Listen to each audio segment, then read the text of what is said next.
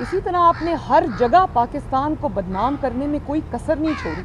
लेकिन fraud sheet के में जितना बड़ा स्कैंडल सामने आया है, और आप अब देखें, ये जिसको नालायक आज़म कहते हैं, उसने एक ट्वीट कर दी कि बड़ी ज़ौक़ शौक़ से पहले ब्रॉडशीट को खोल रहे थे, जब पता चला कि ऊपर ही सर पे आ गई है, अपने ही मुंह पर आ गई है, तो ट्वीट की कि मेरा इससे कोई लेना देना नहीं है। आपका लेना देना है, आपको जवाब इसलिए देना पड़ेगा क्योंकि आप इस स्कैंडल के बावजूद उसके करता धरता को प्राइम मिनिस्टर हाउस में बुलाकर उनके साथ मीटिंग्स करते रहे। क्या उन मीटिंग्स में डिस्कस होता, ये आवाम को पता चलना चाहिए, और इंशाअल्लाह ताला एक दिन ये हक़ाइक़ सामने आएंगे।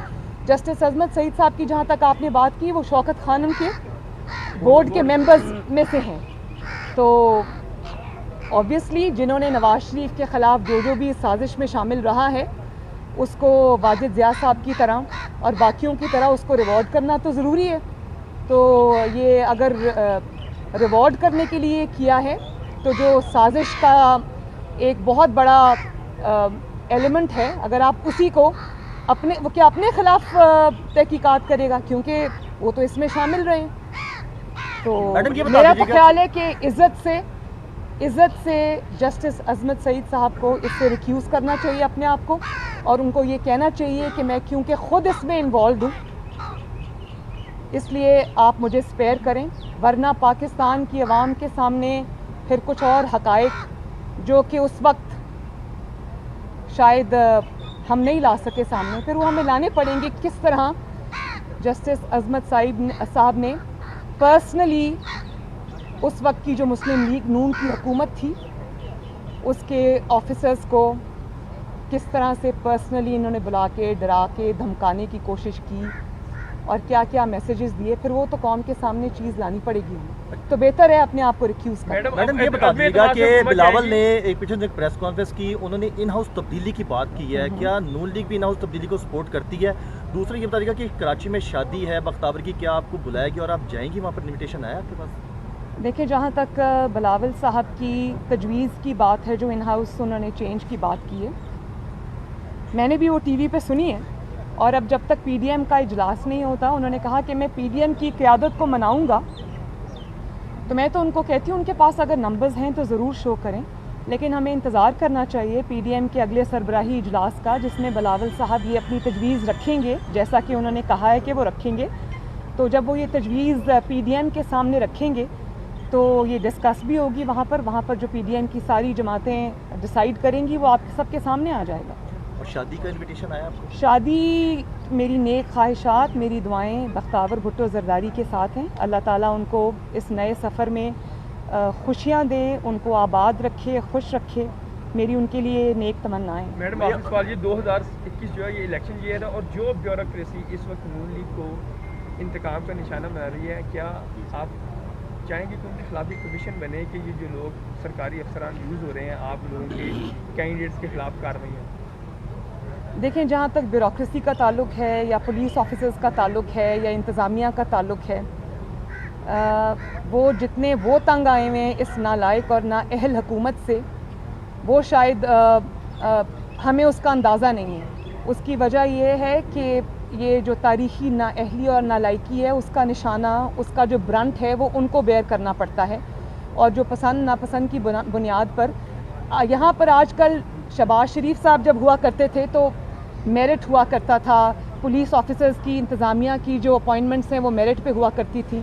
लेकिन अब ये होता है कि जहाँ पर ज़रूरत होती है, जैसे जब खोखर बरादरान के ऊपर अटैक करना था, तो ये फिर ये देखा जाता है कि कौन सा जो पुलिस ऑफिसर है या कौन सा जो ओहदेदार है वो बेहतर तरीके से इस्तेमाल हो सकता है। तो वो ये समझते हैं, ब्यूरोक्रेसी भी ये समझती है, पुलिस ऑफिसर्स भी ये समझते हैं कि इंतकाम के लिए वो इस्तेमाल हो रहे हैं, और ये ब्रंट जो है वो उनको बेयर करना पड़ेगा। ऑब्वियसली लोग चेहरे देख लेते हैं, पहचान लेते हैं, मार्क कर लेते हैं। तो इस हुकूमत की जो ज़्यादतियाँ हैं, जो इंतकाम है, उसका जो ऑब्वियसली उसका जो ज़िम्मेदार है इनको ठहराया जाएगा। तो ये इनको भी ज़रा सोच समझ के गवर्नमेंट के अहकामात को मानना चाहिए, क्योंकि ये इल्ज़ाम सारा इनके ऊपर मैडम, भी 2021 आएगा। लेकिन वो खुद भी बहुत तंग है, मैं ये जानती हूँ।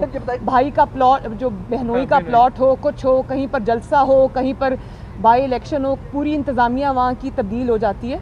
तो ये जो अपॉइंटमेंट्स होती हैं ना प्रोफेशनल ऑफिसर्स की, वो इन बुनियादों पर जब की जाएंगी तो ऑब्वियसली उनका करियर अफेक्ट होता है। और सबसे ज़्यादा आई थिंक अफेक्टेड जो है वो पंजाब की ब्यूरोक्रेसी है। अच्छा, पीडीएम के जो आने वाला इजलास मेरी है, हमदर्दियाँ ब्यूरोक्रेसी के साथ हैं। 4 फरवरी को जो पीडीएम का इजलास हो रहा है उसमें कितने नुकात डिस्कस किए जाएंगे, क्योंकि सारा प्रोसेस हो गया, इस्तीफे और लॉन्ग मार्च रह गए, और तनकीद भी की जा रही है कि शायद इस पे इत्तेफाक और कंसेंसस नहीं हो पा रहा। किस चीज़ के ऊपर?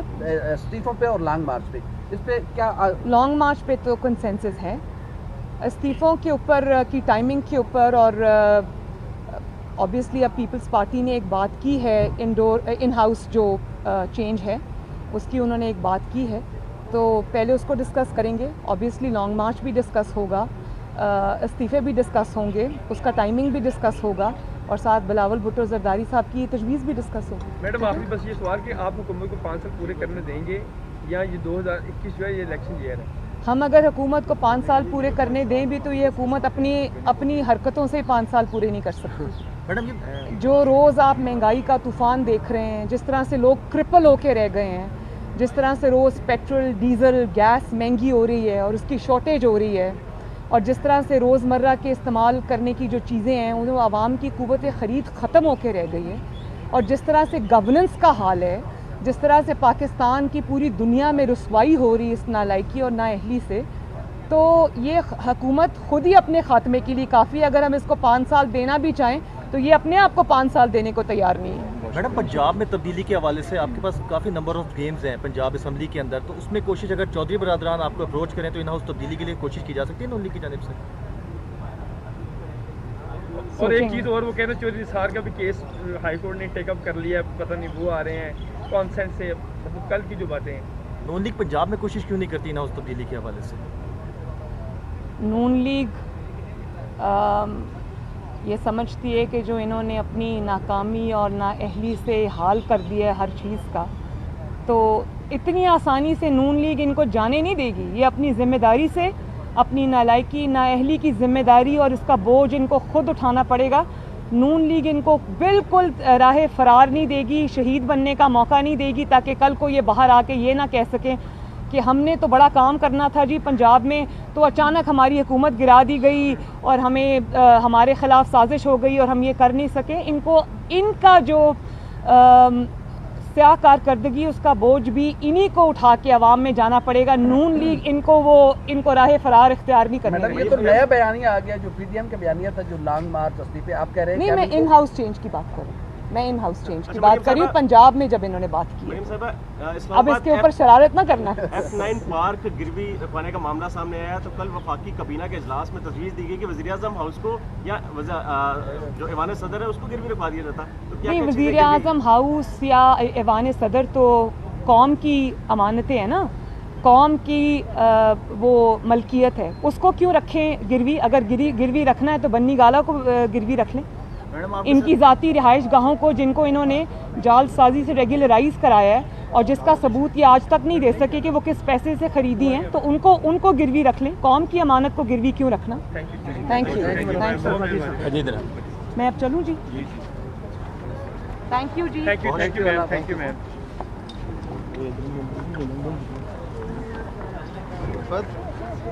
किधर चले गए? हो रहा है? मेहरबानी।